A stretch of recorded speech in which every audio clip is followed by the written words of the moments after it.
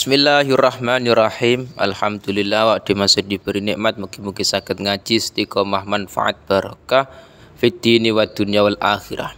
Qauluhu kitabul udhiyati wasyahadah. Kitabul udhiyati utawi iku nerangake kitab pira-pira hukuman. Wasyahadati lan pira-pira persaksian. Jadi kitab niki akan membahas hukum-hukum masalah persaksian itu nanti bagaimana, hukum dalam pengadilan itu bagaimana, lah itu akan dibahas nanti. Qauluhu wala yajuzu lan ora wenang. Apa ayaliya apa yento merintahi sapa, merintahi al-qadha ing hukum sapa ilaman sapa kejaba wong. Istakmalat engkang sempurna fihi ing daleman apa khamsata asyara apa 15 khoslatan apane perkarane. Jadi dalam kriteria orang yang menjadi qadhi, orang yang menjadi hakim, orang yang memutuskan suatu pengadilan itu harus memenuhi 15 perkara ini. Jadi qadhi atau seorang hakim atau seorang yang memutuskan di suatu perkara pengadilan itu harus adanya 15 perkara ini. Itu menurut takrib. Rupane 15 al-islamu rupane Islam. Jadi seorang qadhi harus orang Islam. Kalau orang kafir fala tasyu wilayatul kafir. Tidak boleh, tidak sah dalam memutuskan suatu perkara di pengadilan yang menjadi qadhi adalah orang kafir, enggak boleh, enggak sah. Harus orang Islam. Yang kedua wal bulughulan baligh. Jadi seorang qadhi harus orang yang sudah baligh. Orang yang sudah baligh, tidak bocah kecil. Misalkan anak umur 5 tahun dijadikan qadhi, enggak bisa. Jadi syarat harus terpenuhinya sifat baligh. Yang kedua wal aklu lan duwe akal. Bukan orang gila. Artinya ketika seorang qadhi ke orang yang gila, orang yang akalnya mau bermasalah, terus bagaimana dia memutuskan suatu perkara, memutuskan suatu pengadilan ketika nantinya dia adalah anak kecil, ketika dia adalah orang yang gila, majnun. Nah, itu bermasalah, makanya harus orang yang sudah baligh, harus orang yang punya akal. Nah, itu kriteria qadhi. Wal hurriyatu lan sifat merdeka. Artinya seorang yang menjadi qadhi itu tidak statusnya budak. Makanya falatazu wilayatu raqiqin kulihi au badihi. Status budak tidak bisa menjadikan dia sebagai qadhi. Harus orang yang merdeka. Alhamdulillah di Indonesia mayoritas orang-orang merdeka. Jadi masih ada celah untuk menjadi qadhi. Cuman syarat yang lain apakah terpenuhi atau tidak lah nanti. Yang kelima wa dzukuriyatu lan sifat lanang.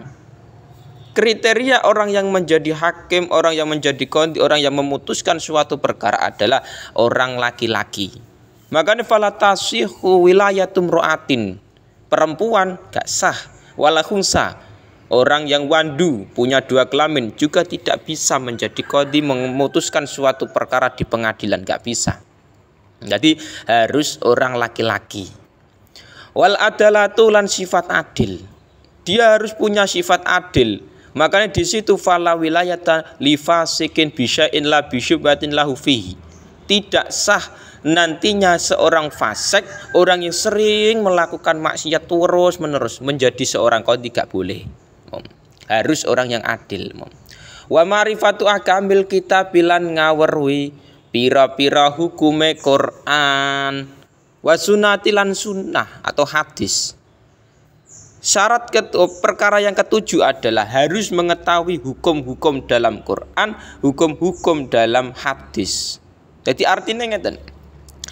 Ketika dia tidak mengetahui tentang Quran dan hadis hukum-hukum tersebut, maka yang menjadi permasalahan dia bisa memutuskan suatu perkara di pengadilan bagaimana? Wong dia juga tidak punya ilmu, tidak mengetahui hukum-hukum masalah Quran dan hadisnya. Nah itu juga nantinya bermasalah. Jadi harus benar-benar orang yang pintar mau. Yang kedelapan wa ma'rifatul ijma'i lan ngerti ijma'. Ijma' itu apa? Ijma' itu kesepakatan dari para ulama. Contoh, ulama sepakat bahwa zina itu haram. Nah, sepakat itu, nggak ada ulama yang mengatakan zina itu halal. Kalau ada itu bukan ulama itu. Jadi ulama sepakat, ijma mayoritas orang-orang alim akan sepakat bahwa zina adalah perkara yang diharamkan. Nah, jadi artinya ini seorang qadhi atau hakim itu harus mengetahui perkara-perkara ijma yang disepakati oleh para ulama itu apa saja. Nah, itu harus mengetahui. Wa marifatul ikhtilafi lan ngaweruhi persulayan. Sing ke-9 adalah seorang qadhi harus mengetahui perbedaan pendapat dari kalangan ulama bagaimana. Menurut ulama iki hukumnya boleh, menurut ini tidak boleh. Jadi mengetahui perbedaan dari kalangan pendapat para ulama dan mengetahui ijma kesepakatan dari para ulama dalam suatu pendapat. Nah, ini harus tahu seorang qadhi. Wa marifatu turuqil ijtihad lan ngaweruhi pira-pira dalane ijtihad. Jadi dia harus mengetahui ijtihad iki mau ai kaifiyatil istidlal min adillatil ahkam. Jadi caranya mengambil dalil ini, hukum-hukum ini harus dia mengetahui. Makanya tidak sembarangan seorang menjadi qadhi. Harus benar-benar pintar dia mengetahui hukum-hukum dalam Quran hadis, mengetahui ijma kesepakatan ulama, mengetahui perbedaan dari pendapat para ulama, juga mengetahui ijtihadnya para ulama itu dalilnya caranya bagaimana iku mau. Sing ke-11 wa marifatu turukin lan ngaweruhi pira-pira arah. Ngono wa marifatu torofin lan ngaweruhi arah min lisanil arabi sangking lisane wong Arab. Ai min lugatin wa sorfin wa nahwin. Artinya seorang qadhi harus mengetahui tata bahasa dalam bahasa Arab. Ya kuwi sorofe harus tahu, nahwunya bagaimana harus tahu. Soalnya dia tidak mengetahui tata bahasa Arab juga repot nantinya.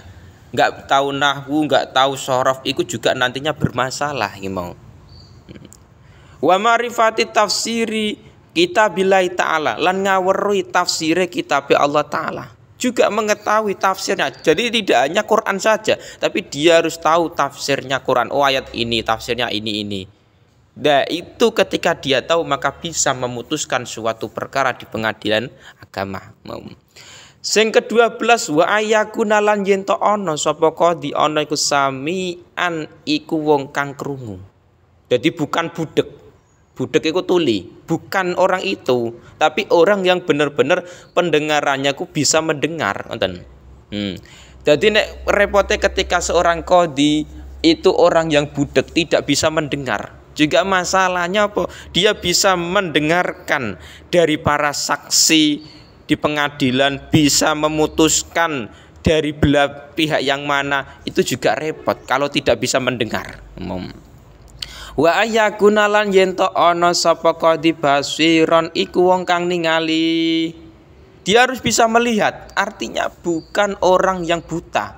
Nek orang yang buta juga masalah ketika menjadi qadhi. Makanya orang yang menjadi qadhi harus benar-benar matanya, mripate itu harus benar-benar normal, bukan buta. Nek buta ya juga repot mau. Wa ayakuna lan yen ta ana sapa qadhi katiban iku bisa nulis, dan dia harus bisa menulis. Soalnya repot ketika seorang qadhi gak bisa menulis, dia itu nantinya akan memutuskan suatu perkara dan juga nanti ada tulisan atau tanda tangan atau dan lain-lain, itu juga nantinya penting mau. Katib itu penting juga mau. Wa ayakuna lan yen ta ana sapa qadhi ana iku mustaiqidon, iku wong kang elingan. Jadi ketika seorang qadhi iku seorang yang pelupa atau mudah pikirannya ki mudah gampang lupa, itu memang statusnya tidak bisa menjadi qadhi. Nanti bermasalah memutuskan suatu perkara, misalkan hari ini memutuskan perkara Zaid digedok, ini misalkan A, misalkan besok dia ditanya oleh orang lain tentang keputusan yang terjadi pada Zaid bagaimana. Nah, dia nenek lupa, pikun bahasa yang itu juga bermasalah. Pikun atau pelupa itu ada kalanya ligi barin. Memang umurnya sangat tua, misalkan umur 80 tahun misalkan masih menjadi qadhi. Lah wonge pikun gampang pikirannya lupa, lah iku bermasalah. Au maradin atau memang sakit. Memang punya sakit, punya kelainan yang menjadikan dia itu gampang lupa, itu juga bermasalah. Artinya seorang qadhi harus benar-benar orang yang memang bukan pelupa, ingatannya tajam memang mau. Jadi seorang qadhi itu harus memenuhi 15 perkara ini. Lah masalahnya ketika qadhi atau hakim atau orang yang memutuskan ini di pengadilan kok tidak punya 15 perkara ini, juga nantinya repot. Dong seorang qadhi itu jangan sampai salah dalam memutuskan, karena itu nanti hubungannya dengan akhirat. Kalau salah nanti akhirat bermasalah mau. Makanya mau yang menjadi qadhi silakan kalau memang sudah memenuhi 15 perkara. Kalau belum ya wes jangan menjadi qadhi mau. Lah iku qaluhu wa yustahabu ayajlisa fi wasatil balad. Allahu a'lam.